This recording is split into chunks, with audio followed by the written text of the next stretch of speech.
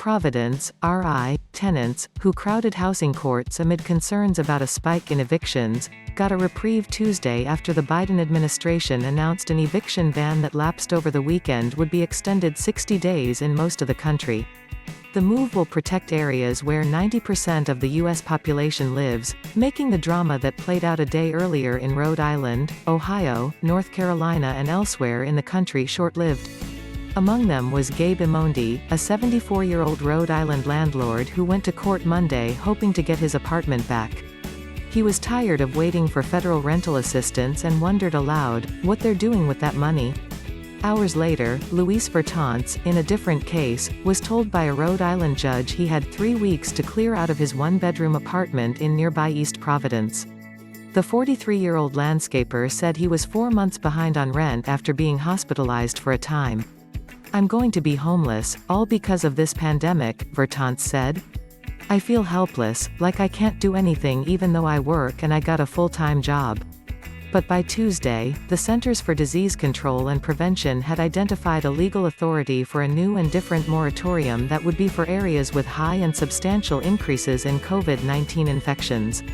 The move followed protests from Democratic lawmakers over the swift end to the moratorium and concerns that the historic amount of rental assistance allocated by Congress wasn't reaching tenants. That assistance had been expected to avert a crisis, but the distribution has been painfully slow.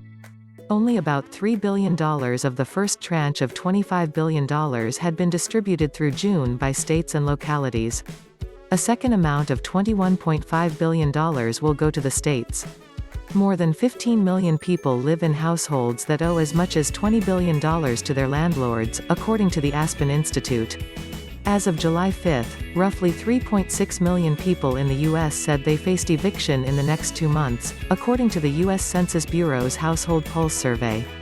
In Columbus, Ohio, Chelsea Rivera showed up Monday at a Franklin County court after receiving an eviction notice last month.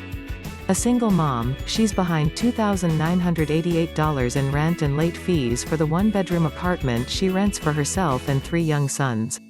The 27-year-old said she started to struggle after her hours were cut in May at the Walmart warehouse where she worked. She's applied to numerous agencies for help, but they're either out of money, have a waiting list, or not able to help until clients end up in court with an eviction notice. Rivera said she's preparing herself mentally to move into a shelter with her children. "We just need help," she said, fighting back tears. "It's just been really hard with everyday issues on top of worrying about where you're going to live."